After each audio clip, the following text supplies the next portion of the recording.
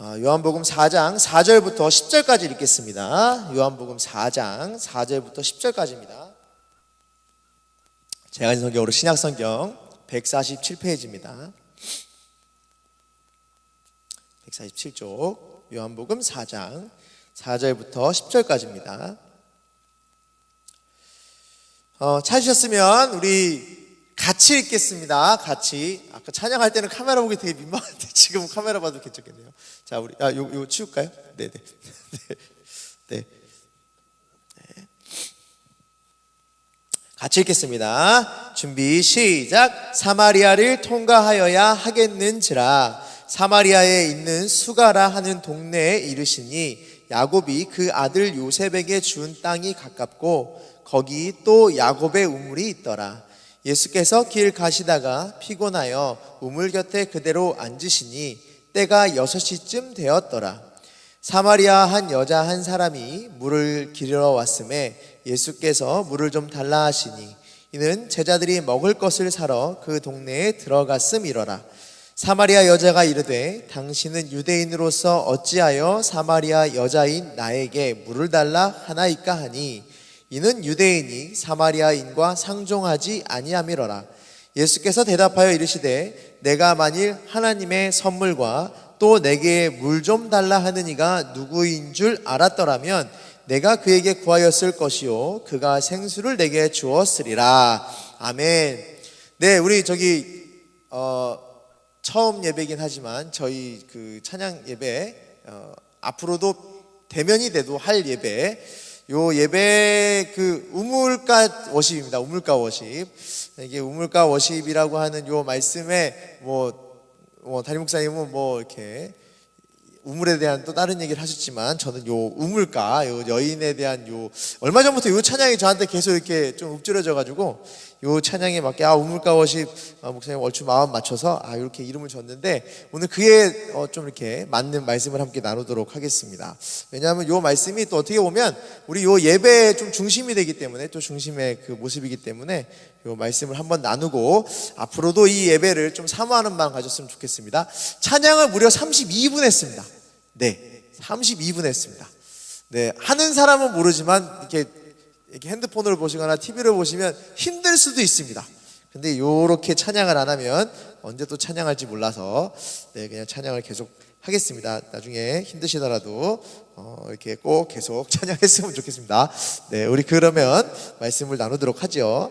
자, 우리 요 말씀 한번 흐름을 쭉 보도록 하죠. 요거는 이제 그 내용이 아시는 분들도 있겠지만 이렇게 모르시는 분들도 있고 알지만 한 번 더 기억하는 마음으로 요 이야기 흐름을 쭉 한번 훑어보겠습니다. 예수님께서 이제 오늘 읽었던 대로 사마리아를 통과하여 가겠다라고 요 얘기가 있는데 그 전 3절을 보시잖아요. 유대를 떠나사 다시 갈릴리로 가실세 이렇게 돼 있습니다. 뭐냐면 갈릴리로 이렇게 가시는 길에 사마리아라고 하는 곳을 거쳐 가겠다 이렇게 말씀하시는 거예요. 그냥 아주 쉽게 말씀드릴게요. 길게 설명하면 여기서 지리가 이쩌고 저쩌고 막 이럴 수 있는데 요거 빼고 간단하게 말씀드리면 유대를 떠나서 갈릴리로 가는 요 여정이 사마리아를 거쳐가는 거는 그냥 멀다, 굉장히 돌아서 가는 거다, 이렇게 직진으로 쭉 가면 되는데 이게 돌아서 가는 거다 이렇게 생각하시면 돼요. 다시 말해 뭐냐면 예수님께서 사마리아를 돌아서 가겠다 이렇게 하시는 거였어요. 갈릴리로 가실 때 그냥 가셔도 되지만 나는 돌아서 갈래 이렇게 말씀하시는 거였어요. 근데 여기서 말씀하실 때 하겠는지라 라고 했던 요 단어 자체는 난 그냥 가고 싶어 라고 그냥 얘기하는 게 아니고 그 영어로 말하면 must have예요. 반드시 가겠다. 그러니까 뭔가 당위성을 두고 나는 무조건 가야 돼 라고 하는 예수님의 어떤 목적을 둔 말씀이었어요. 그러니까는 목적을 두고 사마리아를 나는 반드시 지나가야 돼, 안 지나가면 안 돼, 요 뜻이에요. 그러니까 갈릴리로 가실 때 사마리아를 쑥 지나서 가시는 그 여정 중에 있었던 일이었는데 거기서 이제 사마리아 여자 한 사람을 지금 만나게 되는 겁니다. 우선 사마리아 땅으로 쭉 가는 도중에 예수님께서 힘드셨나 봐요. 힘드셨는지 우리 6절을 보시면 이렇게 돼 있어요. 피곤하여 우물 곁에 그대로 앉으시니 할 때 여기 보면은 그냥 피곤한 게 진짜 육체적으로 피곤한 거예요. 왜냐하면 돌아가니까. 직선으로 쭉 가는 게 아니고 돌아가니까 피곤해서 그냥 털썩 주저앉는 찰나에 이제 한 사람이, 여자 한 사람이 물을 기르러 우물에 온 겁니다. 그럼 다시 말해 예수님께서는 우물 근처에 앉으셨다는 얘기고 거기서 이제 그 물을 깃는 그 여인에게 그 이제 물을 달라고 이렇게 하신 내용이에요. 물을 달라고 했을 때 여인이 뭐라 그랬냐면 되게 의아하게 생각을 했어요. 뭐라고 생각했느냐, 저 사람은 유대인이고 나는 사마리아인인데 그냥 둘이 사이가 되게 안 좋았다. 뭐 우리 많이 여러 가지 들었겠지만 뭐 선한 사마리아인 이런 거 보면은 많이 들어보셨죠? 어쨌든 그냥 사마리아인하고 유대인인 사이가 굉장히 안 좋아서 굳이 말을 걸 만한 상황은 아닌데 여기서 예수님은 사마리아 여인에게 말을 걸어서 물을 달라고 했다는 얘기죠. 그 영어로 얘기하면 딜이에요. 딜. 여기 진짜 찾아보시면 딜이에요. 뭔가 거래를 한다는 그런 뜻이기도 하거든요. 근데 그런 것조차 하지 않을 정도로 서로 완전히 싫어하는, 서로 굳이 관계도 아무런 맺지도 않는 그런 서로의 관계였어요. 유대인과 사마리아인. 그런데 그 사마리아인에게 물을 달라고 하는 거였어요. 근데 그 사마리아인 중에서도 여자예요. 여자. 당시에 여자는 남자들보다 조금 이렇게 좀 비하하는 뭐 그런 일이 있었잖아요. 좀 이렇게 낮게 여기고 막 그런 게 있었기 때문에 사마리아인 중에서도 여자예요. 그리고 그 사마리아인들 중에서도 어떤 사람이냐, 나중에 보시면 이 사마리아 여인이 어떤 상황인지를 아시거든요. 당시에 뭐 아시는 예수님께서 오신 거지만 이 사마리아 여인은 굳이 다른 사람, 자기 민족끼리도 결국 상종하지 않을 만한 그런 사람인데도 불구하고 예수님은 그 사마리아 여인, 남들도 상종하지 않을 만한 그 상종도 하지 않는 그 여인에게 물을 달라고 말을 했으니 그 여인이 되게 궁금한 겁니다. 나에게 왜 물을 달라 합니까? 이렇게 말했더니 예수님께서 되게 황당한 답변을 하시는 게 바로 10절 내용이에요. 뭐라 그랬냐면 내가 만약 하나님의 선물과 또 내게 물 좀 달라는 이가, 그러니까 너한테 물을 달라고 하는 사람이 누구인 줄 네가 알고 있으면 그렇게 말 안 할걸? 그리고 나에게 뭔가 구했을걸? 그리고 생수도 줬을걸? 뭐 이렇게 생수를 이렇게 뭐 했을걸? 이렇게 얘기하는 거예요. 그러니까 다시 말해 사마리아 여인에게 뭔가 목적을 가지고 예수님께서 말씀하셨으며 그 사마리아 여인 자체가 지금 필요로 하는 대답을 예수님은 슬슬 구하고 있다는 거 오늘 말씀을 통해서 보게 되는 겁니다. 읽진 않았지만 뒤에 말씀을 좀 볼 거예요. 왜냐하면 너무 길어서 앞에 좀 중요한 부분만 읽은 거고 뒷내용도 쭉 보게 될 텐데, 자 이제 뭐 물 달라 했더니 왜 나에게 달라 했습니까? 넌 내가 누군지 몰라서 안 주는 걸걸? 이렇게까지 말씀하시고 나서 이제 14절 13절 이렇게 말했대. 14절 보실래요? 내가 주는 물을 마시는 자는 영원히 목마르지 아니하리니 내가 주는 물은 그 속에서 영생하도록 솟아나는 샘물이 되리라. 내가 주는 물은 영원히 목마르지 아니할 거야 라면서까지 예수님 말씀하셨어요. 그랬더니 사마리아 여인은 뭐라 그랬냐면 15절에 보면 약간 비꼬는 말투예요. 여자가 에휴 주여 그런 물을 내게 주사 목마르지도 않고 여기 물 길러오지도 않게 하시면 좋겠습니다. 뭐 이런 얘기를 하는 거예요. 자, 이 여인이 왜 이런 얘기까지 하냐면 물 길러오는 게 귀찮은 정도가 아니에요. 지금 물 길러오는 것 자체가 굉장히 큰 일 중에 하나였어요. 이 여인한테는. 왜냐? 지금 여인이 그 6절에 보실래요? 예수님께서 피곤하여 우물 곁에 그대로 앉으셨으니 라고 했는데 우물 곁에 앉을 수밖에 없었던 예수님의 그 이유가 있었어요. 거기 보면은 때가 6시쯤 되었더라 이렇게 돼 있죠. 요게 이제 정오쯤이에요. 여기서 말하는 6시가 진짜 6시가 아니고 우리나라 시간으로 정오쯤 돼요. 그러니까 가장 해가 중앙에 있는 가장 더울 때쯤 된단 말이에요. 예수님도 피곤하고 힘드니까 우물가에 앉아서 물을 드실 수밖에 없겠죠. 그러니까 그 옆에 지금 앉아서 물을 달라 하는 거였고 이 여자는 물을 뜨러 온 상황이었단 말이죠. 근데 이 여자가 왜 이게 뭐가 문제인데? 라고 생각하시면 그 6시 정오에는 물을 아무도 안 들어간답니다. 네, 제가 요 당시의 사람이 아니라 모르겠지만 너무 더워서 이때는 물 굳이 안 가지러 간대요. 물 가지러 가려면 해가 좀 진 데나 아니면 해가 뜨기 직전에 미리 가서 선선할 때 떠온다는 얘기예요. 이게 이 사람의 어떤 상황을 설명하는 거냐, 굳이 정오에 밖에 떠올 수밖에 없는 상황이 있었다. 근데 예수님은 그걸 알고 계셨다 이거죠.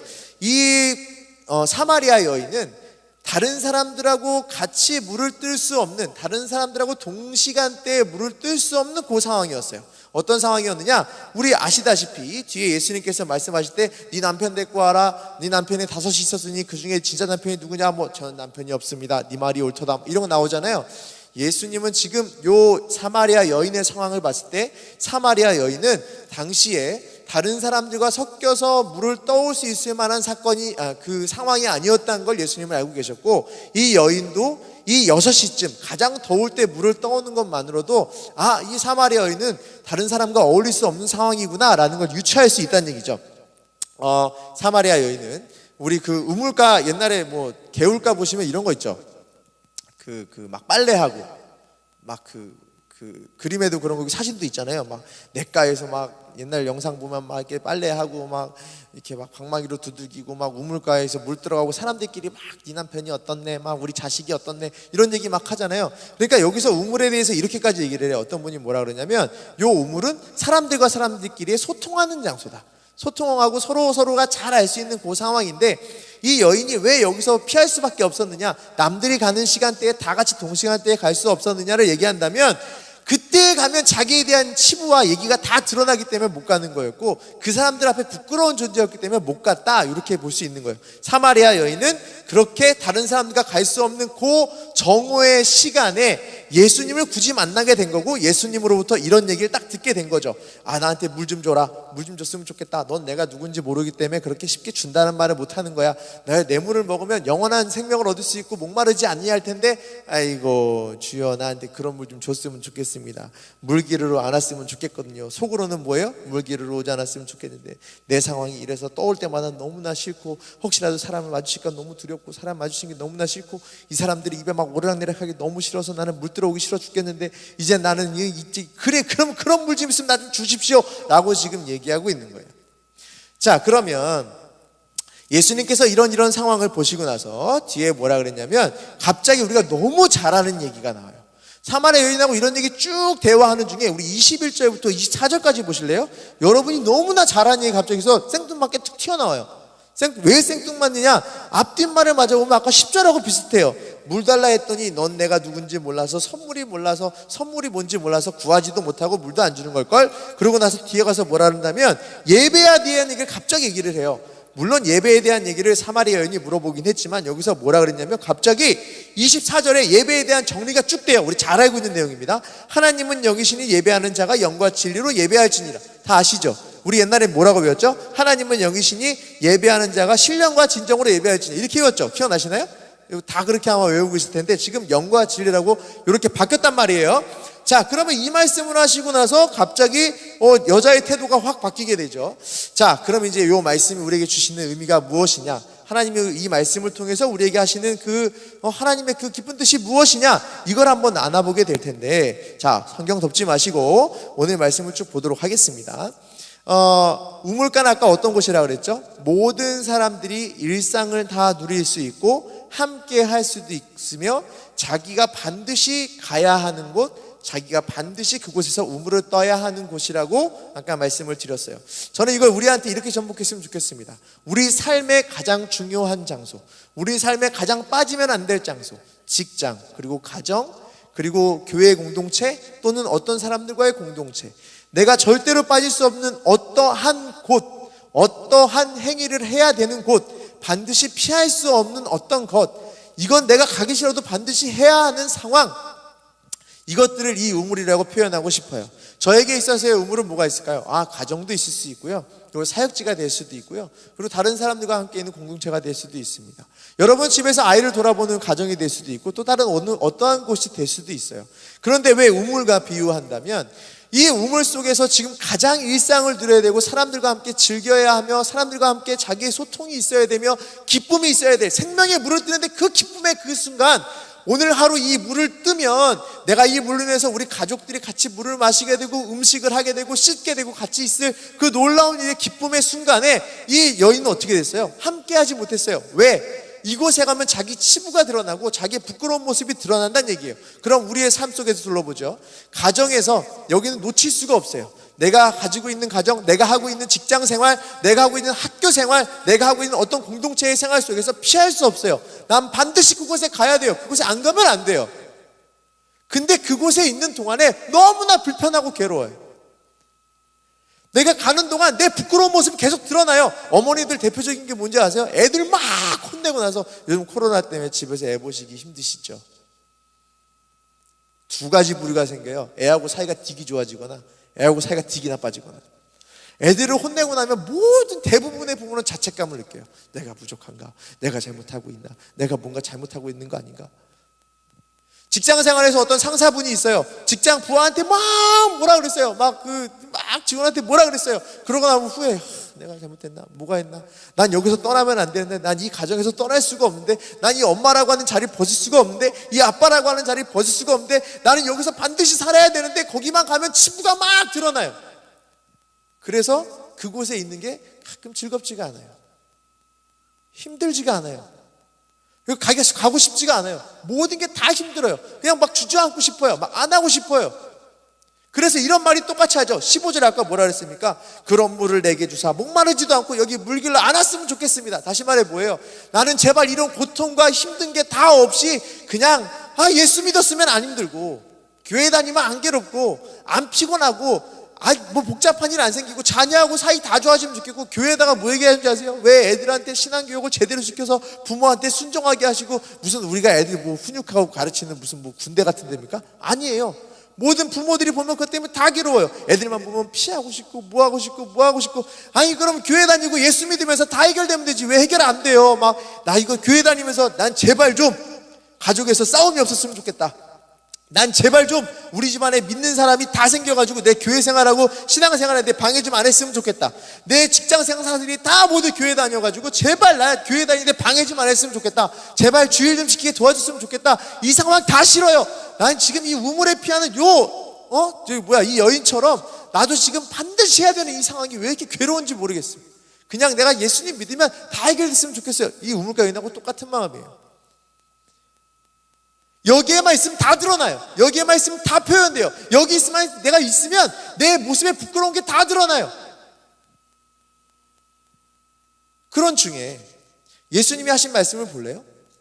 우리가 이렇게 불평과 불명과 힘듦과 내가 괴로운 중에 지금 우리가 예수 믿는 성도로서 예수님께서는 끊임없이 물어보고 답변해 주고 계세요.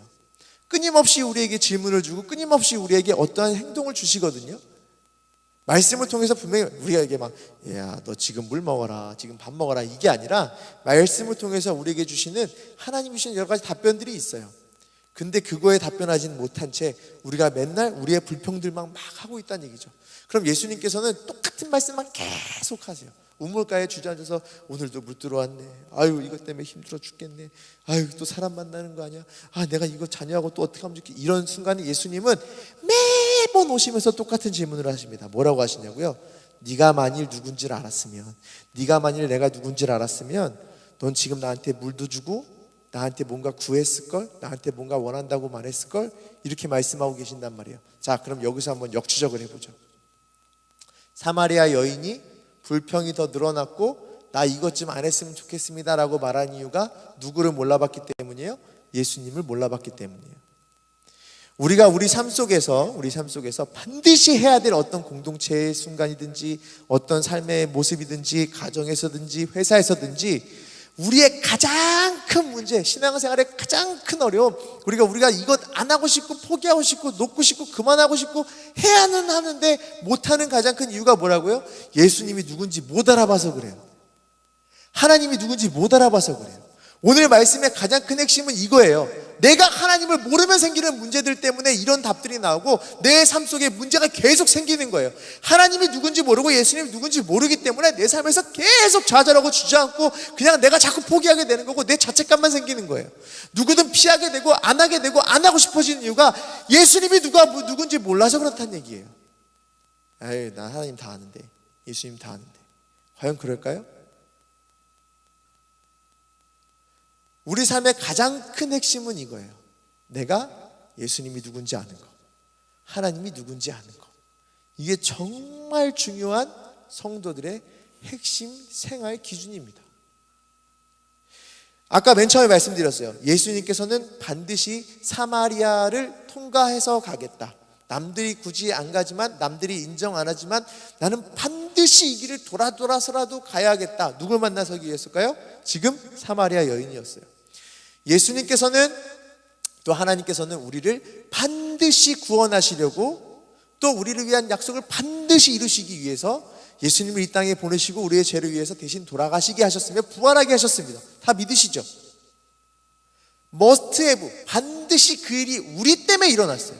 예수님이 사마리아에 오신 건 반드시 예수님이 지나가야 될 목적이 있기 때문에 오신 것처럼 우리에게도 분명히 예수님이 주셨던 독생자 예수가 이 땅에 오시고 부활하신 그 순간 모든 것이 나 때문에 이루어진 거예요. 왜요? 불평하는 중에, 힘든 중에, 내 삶을 살아가는 중에, 반드시 살아야 되는 중에 예수님이 누군지 알면 해결될 문제를 위해서 예수님은 반드시 이 땅에 오셔서 부활하시고 여러 가지 말씀에 대한 진리를 성경에 담아서 우리에게 계속 말씀하고 계시는 거라니까요. 우리의 지금 가장 중요한 핵심은 무엇이다? 내가 예수님이 누군지 알아야 된다. 예수님이 누군지 알아봐야 된다. 말씀의 중심이 무엇인지 알아봐야 된다. 이곳에서 나에게 주시고자 하는 하나님의 말씀이 무엇인지 알아야 된다. 이게 우리에게 진짜 중요한 얘기예요. 그렇다면 아주 쉬운 결론을 내보죠. 우리의 삶이 그 목마르지 않음, 그리고 무물가에 가는 동안에 기쁨이 생김, 여러 가지 삶의 달라짐의 모습이 나오는 것 다 뭐가 있을 때, 어떤 일이 벌어질 때 우리의 모든 삶이 다시 기쁨으로 회복이 될까요? 예수님만 바라보면 된다니까요. 하나님만 바라보면 된다니까요. 하나님과 예수님을 알아보기만 하면 모든 것이 다 우리 안에서 이 모든 어려움과 우물가 가는 자체가 괴롭고 힘들고 내 모든 것이 드러나는 모든 순간에 오히려 기쁨으로 돌이키고 바뀐다는 얘기예요. 이게 어떻게 바뀌었는지 말씀을 통해 보시겠어요?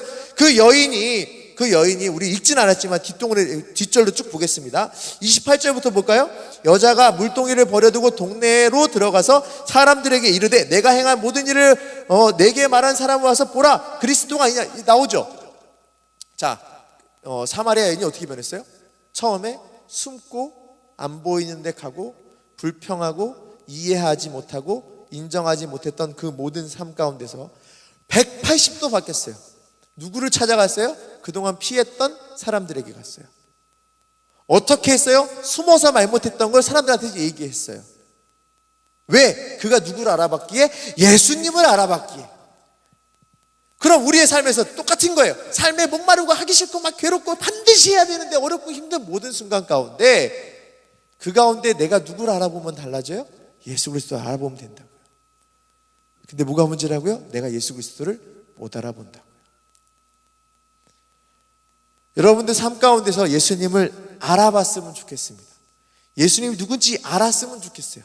하나님이 어떤 분인지 알았으면 좋겠습니다. 그럼 여러분의 삶이 무조건 달라져요.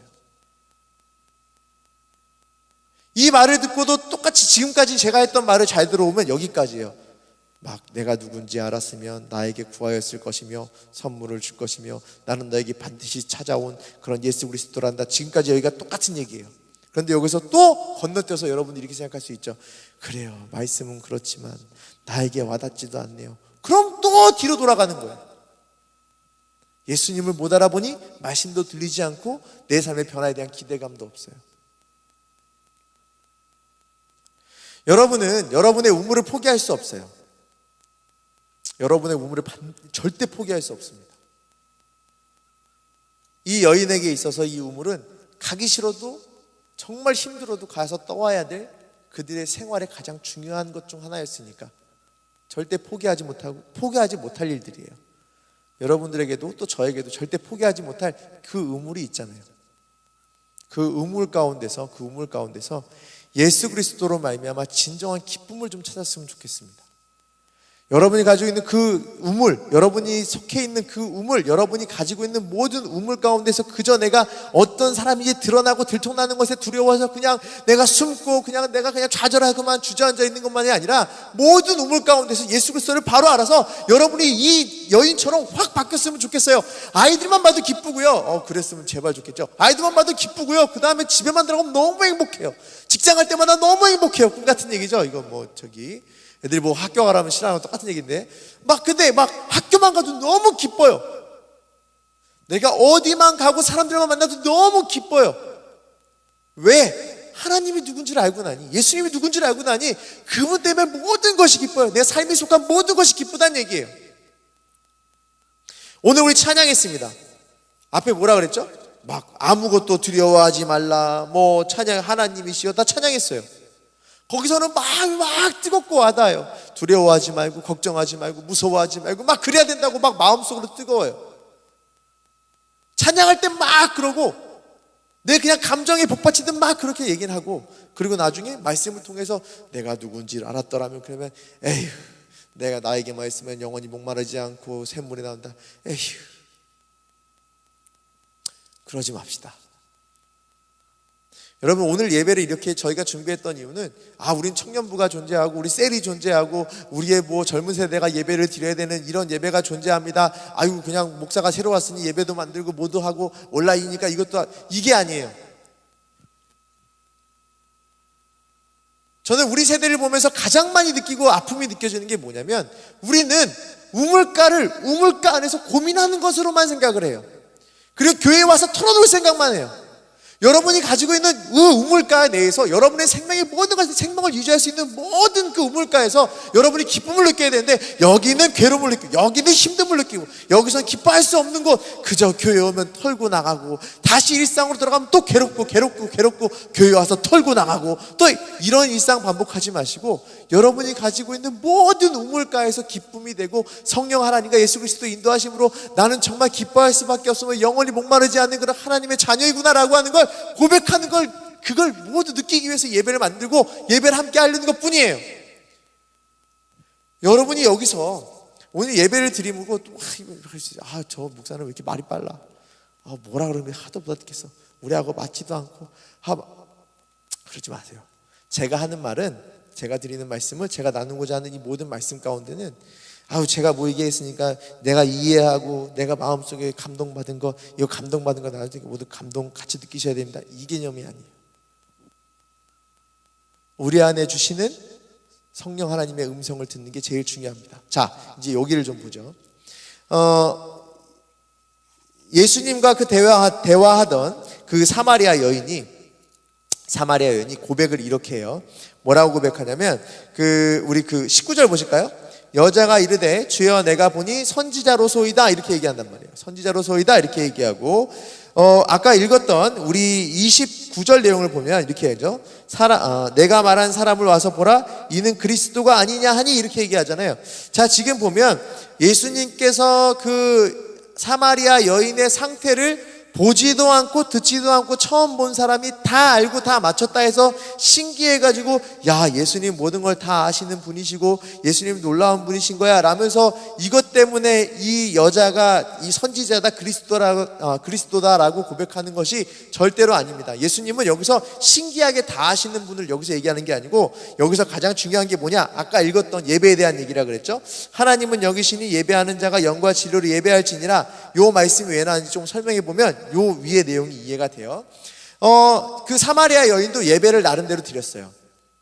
자기 나름대로. 아까 이제 우물가에 대한 얘기를 쭉 했죠. 우물가에 대한 생각도 막 자기도 있었고 고민도 있으니까 예배 안 들었겠습니까? 당연히 그린 심산 나왔고 베들레헴 얘기, 예루살렘 이런 얘기 나오고 하잖아요. 그러니까 자기 나름대로의 과거에 했던 대로 그대로 예배 드렸던 사람이기도 해요.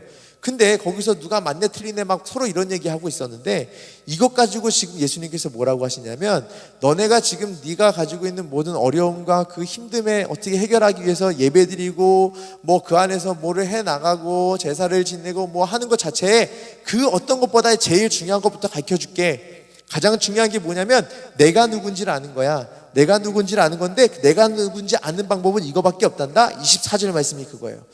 영이시니 예배하는 자가 영과 진리로 예배할지니라. 이게 무슨 뜻이냐면요, 우리가 예배를 드리고 하나님께 나아가는 모든 순간 가운데 그 가장 중요한 게 있어요. 무엇이냐? 영과 진리라는 거예요. 이 영과 진리가 있음으로 말미암아 너는 앞으로 예배를 잘 드릴 수 있고 내가 누군지를 아는 그 고백이 될 텐데, 그 영과 진리가 무엇이냐라는 거 우리가 좀 봐야 되는데 이거예요. 전에는 우리 이랬습니다. 하나님은 여기시는 예배하는 자가 신령과 진정으로, 이렇게 얘기했죠. 자, 요 두 개 내용의 차이를 한번 보실까요? 하나님은 영이시는 예배하는 자가 신령과 진정으로, 지금은 영과 진리로. 두 개 차이가 뭘까요? 이걸 왜 굳이 바꿨을까요? 말씀을 생각해 보신 적 있어요? 생각해 보신 적? 자, 맨 처음에 신령과 진정으로 할 때는 누구한테 그 행동에 책임이 있는 것 같아요? 자기. 내가 신령과 진정으로 예배 드리라고 했어요. 기억나시나요? 이거 예배 때 많이 얘기했죠. 여러분, 신령과 진정으로 예배 드려야 됩니다 라고 얘기하면 누구한테 책임 물었어요? 나한테 물었어요. 기억나시나요? 근데 지금 영과 진리예요. 이 영은 누구예요? 성령과. 진리가 뭐예요? 복음으로, 예수 그리스도의 복음으로 예배를 드리라는 거예요. 완전히 내용이 바뀌었어요. 뭐예요? 이 여인은 자기가 그저 자신의 모든 삶의 그 진정함과 자기의 삶의 그 간절함으로 뭔가 다가가면 다 될 줄 알고 다 해결될 줄 알고, 그래서 예수 그리스도도 못 알아봤어요. 내가 할 수 있는 방법으로 신앙생활을 하니까 예수 그리스도를 못 알아본 거예요. 우리도 맨 처음에 그런 이것처럼 받아들였어요. 근데 그게 아니에요. 우리 삶 가운데서 진정한 우물가를 알고 우물가에서 진정한 기쁨을 누리며 그 안에서 삶의 놀라운 하나님의 은혜를 깨닫기 위해서 뭐가 가장 중요하냐면, 내가 영과 진리로 예배드리는 자가 돼야만 예수 그리스도가 누군지 아는 것이 증명이 되는 것이고, 하나님이 누군지 아는 게 증명이 되는 거예요. 근데 그 영과 진리가 누구냐면 성령 하나님과 복음이란 얘기예요. 복음, 그 복음, 진리는 곧 누구냐? 예수 그리스도가 곧 진리다. 다시 말해 이거죠. 성령과 진리로 그리스도 예수 안에 있는 복음으로 말미암아 우린 예배하는 자가 돼야 된다. 그러면 우물가에 사는 모든 하나님의 백성들은 예수 그리스도의 그 간절함과 예수 그리스도의 사랑을 알아서 우린 결국 성도 안에서 모든 삶의 기쁨의 손으로 돌아갈 수 있다. 이 말씀이 오늘 여기 있는 거예요. 우리는 예배를 통해서, 내가 아까 처음에 중간에 얘기했었죠. 뭐라 그랬냐면, 내가 교회 다니고 예배하고 뭐하고 봉사하고 뭐하고 선한 일을 뭐하고 나면 이 우물가에 오는 게 기쁠 줄 알았는데 안 됐잖아요. 내 삶에 열심을 두고 예배도 하고 뭐도 하고 다 하면 신령과 진정으로 예배드리는 내가 그냥 내 삶의 책임의 모든 것을 다 나에게 두고 다 내가 그냥 다 아는 것처럼 내가 아는 예수님, 내가 아는 하나님, 내가 아는 예배의 모습, 내가 아는 예배의 방법, 내가 아는 예배의 기쁨대로 다 와서 예배했더니 안 됐잖아요. 왜 안 되냐면 내가 아는 방법대로 해서 그래요. 뭐라 그랬냐면, 예배는 곧 성령 하나님으로 인하여서 예배가 드려지는 거고, 성령 하나님으로 예배가 고백되는 거고, 성령 하나님으로 찬양이 되는 것이고, 성령 하나님으로 여러분의 자리에 있는 거예요. 그리고 그 안에서 무엇으로 예배드려요? 오직 그리스도만으로 예배드리는 거예요. 하나님을 알고 내가 예수님을 알기에 오직 그 하나님, 알고 있는 하나님, 오직 알고 있는 그 예수 그리스도로만으로도 내가 예배드리고 그 안에서 기쁨을 누리는 것 때문에 내가 예배의 자로서 서게 되는 것인데, 그렇지 않고 내가 할 수 있는 방법대로 옳다 그르다를 따지면서 내 삶을 살아가니 내 삶의 문제 가운데 그저 해방되지 못하고 계속 눌려있고 억눌려있고 좌절하고 주저하는 것 뿐입니다. 자, 여러분, 오늘 이 말씀을 이렇게 쭉 이해했으면 좋겠어요. 우리는 우리 안에서의 우물은 절대로 포기할 수 없습니다. 이 안에서의 우물을 절대로 가지고 살아야 되고, 이 안에서의 삶을 살아야 되는 게 맞아요. 가정이든 어디든 사는 게 맞아요. 근데 그 안에서 내가 예수님 믿는 대로 그냥 잘 되면 좋겠는데, 예수님 말씀 복음이 내 귀에 수시로 들어오지만 그 예수님이 누군지 잘 알지 못하고 하나님을 잘 알지 못해서 그저 내 맘대로 예배드리고 내 기쁜 대로만 예배드리고 내가 원하는 대로 예배드리고 내 바라는 것을 이루기 위해서 예배드렸던 모든 순간 때문에 그저 이 말씀이 그저 목마르지만 않게 했으면 좋겠습니다, 되지도 않는 얘기를 나한테 하십니까? 라고 자꾸 들릴 때가 많아요. 그러니 가정에서도 주저앉고 어디서도 주저앉는다, 이 얘기입니다. 그럼 우리 어떻게 해야 돼요? 우리는 오직 예수 그리스도가 누군지 바로 알아야 하는데, 그 아는 방법이 예배 안에 있는 그 성령 하나님과 그리스도의 복음, 그리스도의 진리, 예수님이 이 땅에 오신 이유, 예수님을 통해서 내가 얻어진 놀라운 축복들을 내가 잘 알고 깨닫고 그 안에 인정함으로 말미암아 결국에는 모든 우물이 있는 삶 속에서 나는 기쁨이 회복되는 하나님의 자녀가 될 수 있다. 그리고 모든 그 우물을 포기하지 않고 그 우물 내에서도, 그 안에서도 하나님의 자녀로서의 삶을 살 수 있다라는 게 오늘 말씀의 주된 그 내용입니다. 우리 여러분들 살아가실 때 굉장히 힘드시죠? 저는 힘들어요. 네, 힘들어요. 힘드네요. 안 힘드세요? 여기 반주했던 분도 있어요. 안 힘들어요? 저 힘들어요. 저 카페 하잖아요. 힘들어요. 문 닫았어요. 지금 한 3주 동안 문 닫았어요. 아무도 안 와요. 서울에 있어서 그런지 아무도 안 와요. 네, 그 힘들어요. 돈 때문에 힘들고 뭐 다 힘들어요. 이것도 뭐야 하고, 목사님 또 도와줘, 이거 아닙니다. 힘들다고요. 맨날 애들하고 집에 있는 거 힘들었어요. 애들하고 매일 집에 있는 게 쉽지 않죠. 네, 자가격리 해봤어요. 3주. 힘들어요. 자가격리는 끝났는데 계속 자가격리 중인 것 같아요. 힘들어요. 삶에서 풀리지 않은 문제들이 너무 많아서 힘들어요. 아빠로서도 힘들고 남편으로서도 힘들고 여기서 있는 사역자로서도 힘들고 다 기록해 힘들어요. 맡고 있는 또 다른 일 때문에 힘들고 여러 가지 상황 때문에 다 힘들어요. 안 힘들면 누가 있습니까? 근데 저는 우물가 여인처럼 요 찬양을 할 때마다 포기하지 못할 그 우물 내 곁에 두고 있는데, 그 안에서 내가 참 예수님도 알아보지 못하는 예배를 드렸었고 예수님도 알지 못하는 예배를 드릴 때가 참 많았습니다. 여러분들 하나님 욕해 보셨나요? 이렇게 말하면 목사 욕했다면 되게 웃기죠. 저 해봤는데 안 해보셨어요? 저 수도 없이 했어요. 네, 너무 힘드니까 나와요 여기. 너무 힘드니까 너무 불평이 막 쏟아져 나와요. 너무 괴로우니까, 너무 아프니까 너무 힘들어요. 근데 그 중심을 찾게 해준 게 이 말씀이었어요. 다 포기하고 싶은데 포기할 수 없을 만큼 들고 다녔거든요. 포기할 수 없으니까 들고 다녔어요. 근데 너무 힘들어요. 근데 그때 이 말씀을, 또 이 찬양을 부르면서 제가 많이 위로가 됐습니다. 내가 내 곁에 있는 예수 그리스도의 음성과 하나님의 음성은 들리지도 않은 채, 하나님도 알지 못하고 예수님도 알지 못한 채 그냥 살고 있는 그 우물에서 그냥 생존만 하면서 불평하고 있는 그 삶의 모습을 봤고요. 이걸 벗어나겠다고 예배는 드리고 있지만 성령 하나님과 그리스도의 복음은 전혀 다 버려놓은 채 그저 내가 드리고 싶은 이유와 드리고 싶은 목적을 만들어서 예배를 드렸었고, 내가 바라는 것을 이루기 위해서 예배 드릴 때가 많았습니다.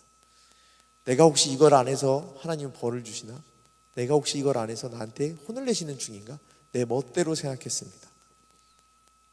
여러분은 안 그럴 수도 있지만 전 그랬다고요.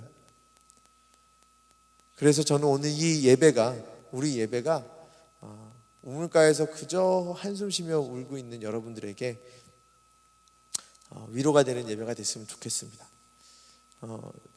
제가 느꼈던 그 위로가 저에게만 있었을까요?